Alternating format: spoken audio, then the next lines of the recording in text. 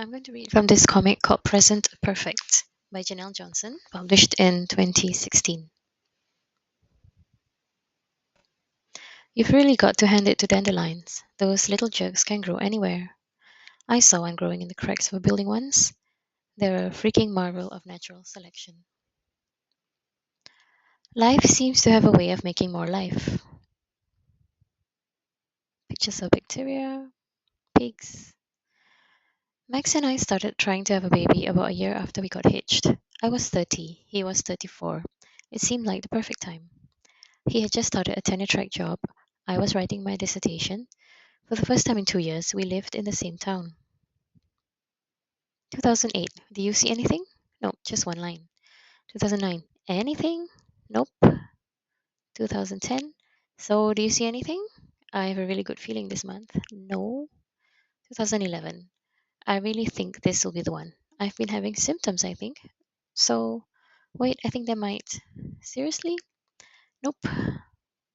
In the meantime, I finished my PhD and we moved across the country twice. Anything? One fracking line. We were watching Battlestar Galactica that year. At the time, we attributed our difficulty getting pregnant to the stress of moving or trying to get jobs in tenure. The truth was, we were in denial. So, 2012, I think we should go to the doctor. Yeah, I'll call tomorrow. For the next 6 months, we went through dozens of tests to try and figure out what was going on. Some hurt, many were awkward and embarrassing. Very few were covered by insurance. Let's do this. Blood tests, sperm count. Don't forget morphology and motility. Sonohystogram, where saline fills your uterus. This might pinch a little. A hysteroscopy. In this test, a camera is sneaked through the cervix to get a peek at the uterus. I had two, one while under general-ish anesthesia, with a bonus polypectomy for a polyp that turned out not to exist. Oh, and a biopsy for good measure. I was wide awake during the second. During these tests, I learned I have a sensitive cervix, which basically meant that it hated to be touched, let alone entered. I also imagined it meant my cervix enjoyed smoking clove cigarettes, reading Pablo Neruda, and listening to Morrissey's solo work. A picture of a uterus saying, actually, I prefer listening to the cramps. After the test, we got the terrible news. There was no news. Our infertility had no known medical explanation. We were referred to a reproductive endocrinologist. Our Dr. Starbuck, we called her this because she bore a striking resemblance to Katie Sackhoff, gave us some additional bad news. Our odds of conceiving on our own were about 5%, if that. She recommended that we begin treatment. We'd start with hormonal assistance, and if that didn't work, we'd move on to intrauterine insemination, or IUI. We tried on our own for a few months with the help of letrozole, which is usually used to treat breast cancer. This was combined with transvaginal ultrasounds to avoid octomom scenarios. I ovulated but didn't get pregnant. Next stop, IUI. So octomom is this real life story of a woman who got pregnant with 8 babies. And a transvaginal ultrasound is one where a wand is inserted into the vagina. This meant I had to give myself a shot in the stomach to trigger ovulation. I may have cried a little working up the nerve to do this. Okay, a lot. Public service announcement. IUI doesn't hurt for most people. Remember, sensitive cervix. I don't know if there's any cervix that actually even likes to be touched, given that it is an internal organ. I don't think it's even touched most of the time. Over 6 months, we tried 3 cycles of IUI, including one cycle with follicle stimulating injections, but it was more of the same. I have a good feeling, fingers crossed. Squints, nothing. I know. When the last IUI failed, Dr. Starbuck recommended that we try in vitro fertilization. We have been dreading this. IVF is physically, emotionally, and financially draining. It also costs about as much as a new car or an epic trip around the world. But our odds would improve dramatically. Meanwhile, it seemed like every person I knew either had kids or was pregnant. Party conversations had shifted considerably. From 2009, what's the last good movie you saw? 2013, what do you do to prevent diaper rash? There were some dark days and complicated feelings. I loved kids, but it was hard to be around them. Really hard. To cope, I started avoiding just about everyone. I felt like a failure as a friend. I felt like a barren caricature, bitter, desperate, jealous. I hated it. I didn't recognize myself. And so I turned to the one place where all lonely misfits go, the internet. After wading through the dreck of the infertility net for a long time, I finally found them, my people. On a website you wouldn't expect, I found a group of women who spoke openly about how much it sucked to be infertile in a fertile world. They were crass, they loved science, and cloying cutesy language was forbidden. We're a bunch of bitter, barren bitches. Let's make t-shirts. I clicked with one woman in particular who went by the name Dusty Beach Road. In addition to having excellent taste in Bruce Springsteen, she was funny, smart, and she knew exactly how I felt. Cervixes, man, am I right? Is it services? But yeah, totally. A conversation across a giant platter of chicken and waffles. Dusty and I met in person once. We talked for hours. She even offered to give me, a total stranger, a shot in the butt. More on that later. Exec, sweet exec. After a lot of talking, Max and I decided to go ahead with IVF. After cashing in our life savings, we received a giant box of drugs in the mail, which came with lots and lots of needles and a biohazard box to put them in, and Hershey's Kisses. I suppose that was supposed to be nice, but it felt patronizing. First, birth control pills to suppress ovulation, then daily injections of Lupron for 2 weeks, then injections of Menopur, which has its origins in the urine of postmenopausal nuns. Hmm. Lupron is also, if I'm not wrong, it's a puberty suppressing drug. Combined with another heavy duty follicle stimulator. Then daily progesterone shots in the butt. More on that soon. The whole point of the hormones was to make me into a walking, talking egg sac. My belly swelled so fast that I got stretch marks. I still have them. The next step was the egg harvest. Sorry, retrieval. I had anesthesia for this, although some poor souls have to endure it while awake. I'm pretty sure that's the discount of discount IVF. For the next 2 days, I drank ungodly amounts of Gatorade and ate ramen noodles to avoid ovarian hyperstimulation syndrome. Meanwhile, we waited to see how many eggs would fertilize. That part was the worst. I did not look nearly this dignified during the retrieval procedure. Afterward, when I was coming to, I apparently gave the nurses a lecture about medical colonialism in a narcotic stupor. Nerds will be nerds. That's a line drawing of, I think, inserting the sperm into the egg and petri dishes. Of the 15 eggs retrieved, 10 were mature, 8 fertilized, and 5 made it to day 5 blastocyst stage. We decided to transfer one and put the rest on ice. Each got a grade corresponding to its level of development.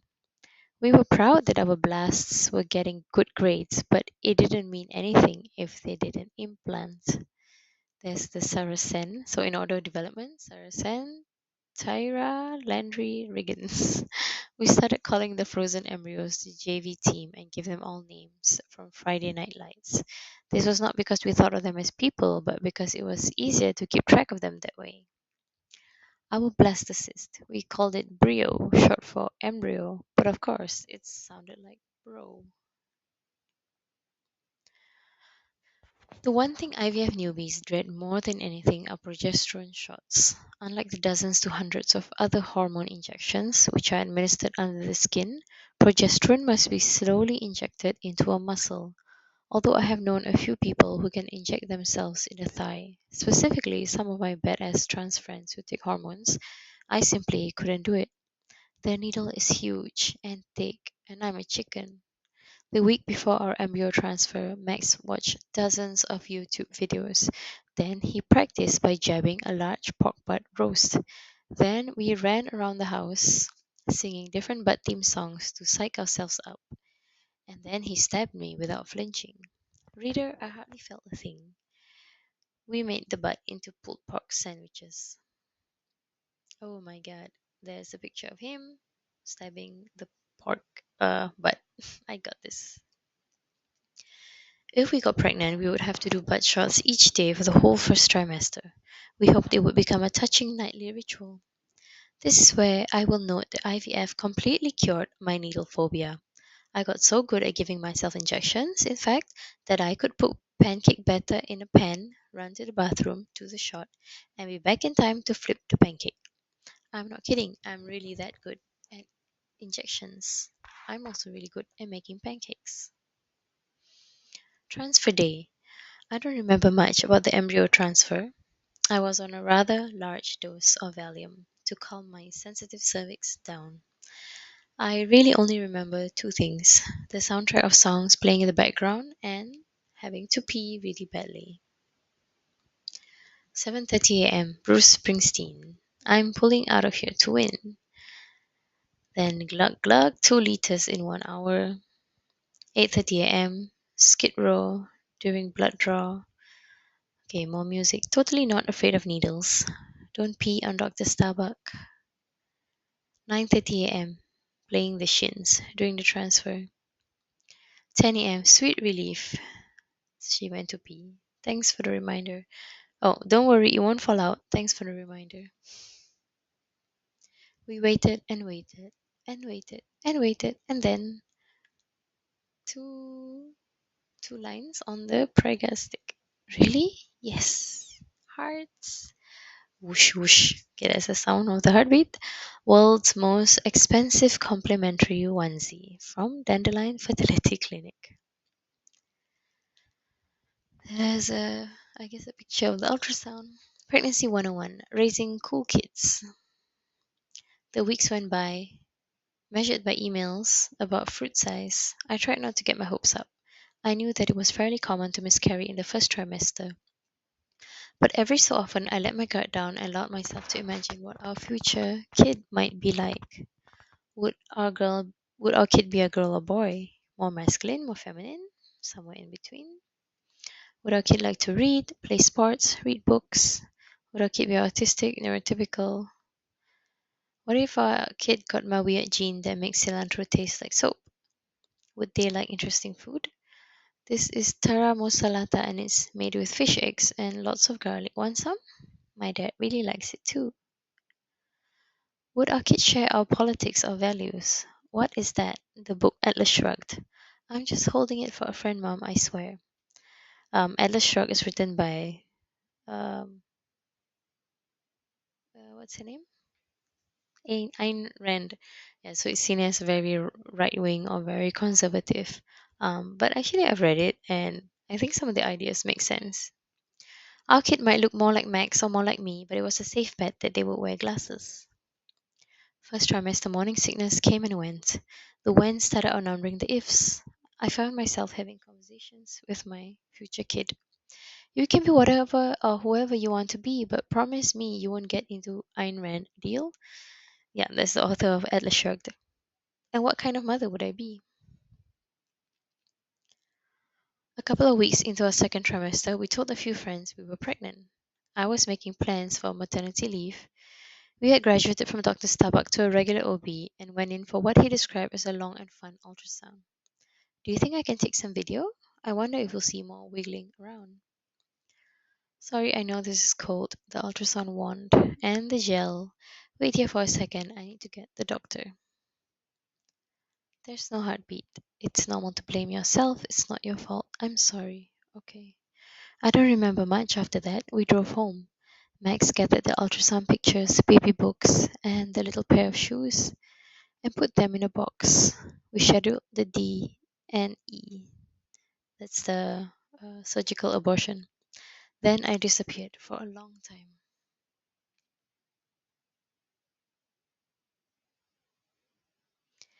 The grief was exquisite. It was also very isolating.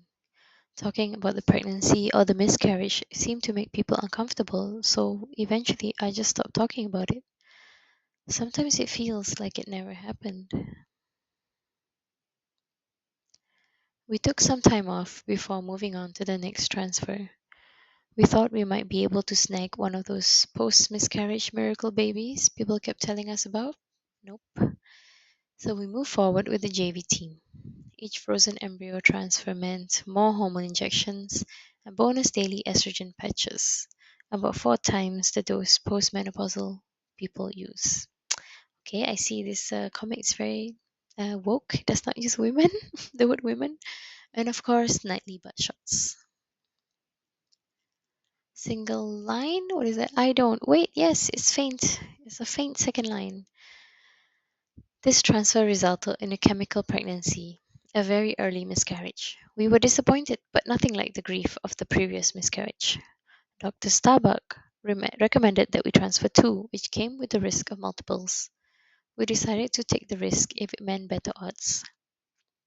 The next transfer, Tyra and Landry. Anything? Nothing. Nothing at all? I am done. Okay. Some swearing. We only had one left. I knew I needed to grieve and let go of hope of success before we tried one last time. I know what you want me to say next. You want to hear that the transfer worked, and we named the baby Riggins, and he is sitting on my lap right now, helping me ink the panels. But that's not what happened. There is a powerful narrative of success that tells us that if we work hard enough, we'll get what we want. If you don't have something, it's because you didn't want it badly or try hard enough. Good things are blessings and rewards and somehow reflect the character of the people who get them. That narrative, combined with the for profit orientation of the infertility industry, has the potential to trap a person in treatment for years.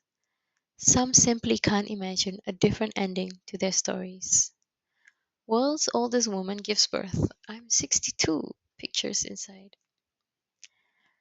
We can't promise you it will be easy. We just promise it will be worth it. This is an actual advertisement for a fertility clinic in my town. Seriously. Many stories end with babies because children represent the future. But that's not how the story ends. Thanks, Whitney Houston and Lee Edelman. There's a lot of song references. I know some of you want to tell me some of you want me to tell you that infertility has made me a better person. It's made me a different person, to be sure, softer in some ways and harder in others. But I don't know if this more multi textured version of me is better or worse than the person I was before. And some of you want me to say that the scales finally fell from my eyes and I saw how the infertility industry preys on people who buy into traditional notions of gender, bodies, families, and the nation, and can afford to pay for this delusion. And overpopulation and climate change. So, wasn't this kind of a good thing in the end, for the planet? Fine, sure, whatever. If that ending makes you feel better, so be it. But the truth is that I still get misty eyed in the grocery store sometimes. Hey, I don't blame you, to be honest. Sometimes I can't believe this is the way this story ends either. Sometimes it's hard to accept that we went through all of this with nobody to show for it. For a long time, I simply couldn't imagine a life without children. But you know what? I was already living a life without children. The husband, a dog, and cat. You'd think that much would have been obvious. But for 7 long years, my sense of what is and what will be was a little out of joint. The limbo of infertility encourages you to live in the future tense. We will be happy when we have a kid. The shock of miscarriage throws you into the future perfect. We will have had the most amazing kid. Moving through grief is to accept the conditional perfect. We would have had an amazing kid. And eventually, what is left is the present. The end.